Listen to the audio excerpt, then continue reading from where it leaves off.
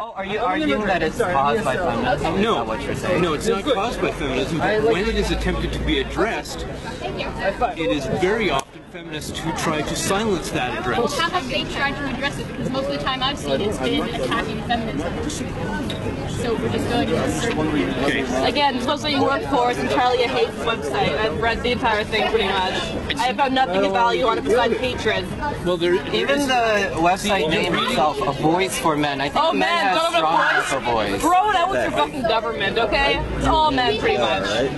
Men have enough. Men have no voices. Too bad. Okay, see it.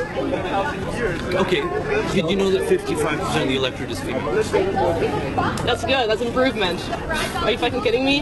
Well, it's pretty much equal now. But that doesn't mean men's voices are at stake just because. 51% of the population is female, sometimes, depending on how you measure, 52%. But 55% of the electorate is female. That is the people voting.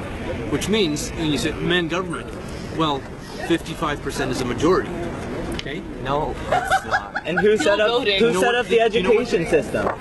Rich white men. It's a majority. Why? Because it's 5% over? Oh my god, it's not a perfect 50-50 Holy fucking split. shit, it's slightly more. Let's talk about the ratio in fucking government. People actually making the laws and crap. The people making the laws are elected. And the people electing them are a majority female. And no, it's not. 55% is not a majority of female. What? How do you define what's the majority then? Majority is like 70%, 90%. Do you know what is a simple majority? Simple majority is 51%. Plus one. Yeah. Right, 50% plus one. Exactly. That's a majority. Legally. The issue, government is all male, pretty much. But they're elected by mostly women. They come from a privileged background which allows them to grab positions of power like that. People respect them because they are male. This is part of patriarchy. Well, actually, I think they elect them because they get given stuff. Obama comes in and promises this group one thing. The other guy? Romney promises them something else. Romney appealed to fewer people than Obama. Obama got in. I mean, like they don't get it voted in because they're. They'll just talk about government with me because the whole party system in general is a fucked up system. Well, I agree with you there. I agree the whole corporate system needs to go. In fact, corporate personhood needs to go, as does corporate donations. All need to go. Why is there not more women running for government then? Is it just because no one's trying? Is it because we're just too dumb, I guess? No, I think it's because of the choices that women make. Fewer women choose to run for government. That's bullshit. Bullshit. That's it. Where do you take that claim? No, it's not. Maybe it's in your sick, twisted patriarchal mind of a reality. Don't blame. Where did you pull that from a out? young age, they can do stuff like that. There are women candidates. I never knew that. Or why is that? Why are there fewer women candidates? Because historically there hasn't been any women female leaders since the beginning of time. I see more male candidates. What about Madeleine Albright? Candidates running for election. Yeah, they're just puppets.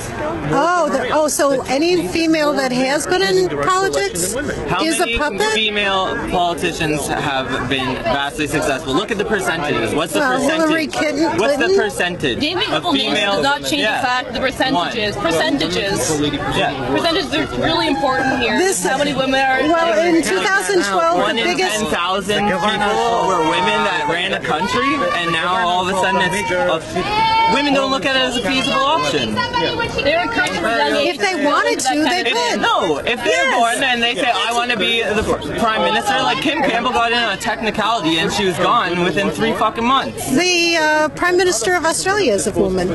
So you're naming one. Well, no. So how many countries are what there? about How many countries the one are from there? Britain? And how many countries are women ran by women? Just take it down a notch. Okay, how many countries? We're just having an interesting. You're saying that there are none. Okay. And Golda Meir. Next to none. They're the same fucking thing. Well, no, that's just like 70% is a majority. I mean, come on. Okay. So how many do you think percentage-wise since the beginning of time? And Canada was Campbell for like 3 months. Okay, well, there was Golda Meir, and believe me, history is not my thing, but there was Golda Meir. So it's what, like 1 out of 10,000? The Prime Minister of Australia is a woman. There was Margaret Thatcher, and of course, women in politics does not change the fact that there aren't enough women in politics. It's not equal.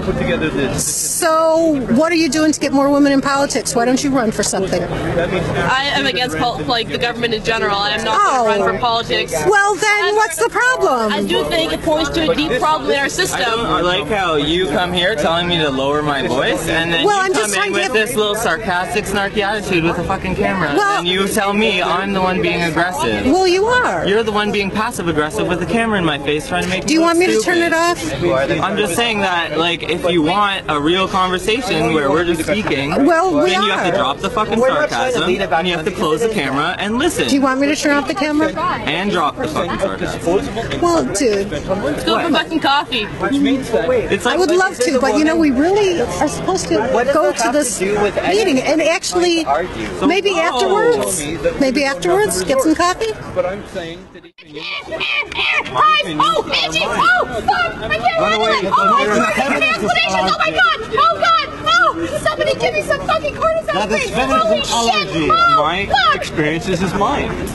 My experience is my experience. This isn't your fucking experience, you idiot! Holy shit! And we are talking about my experience. When a woman points out that you're a sexist, and she is telling you her experience, the experience that you inflicted on her, you don't get to dictate whether that's sexism. She is attributing to me motive.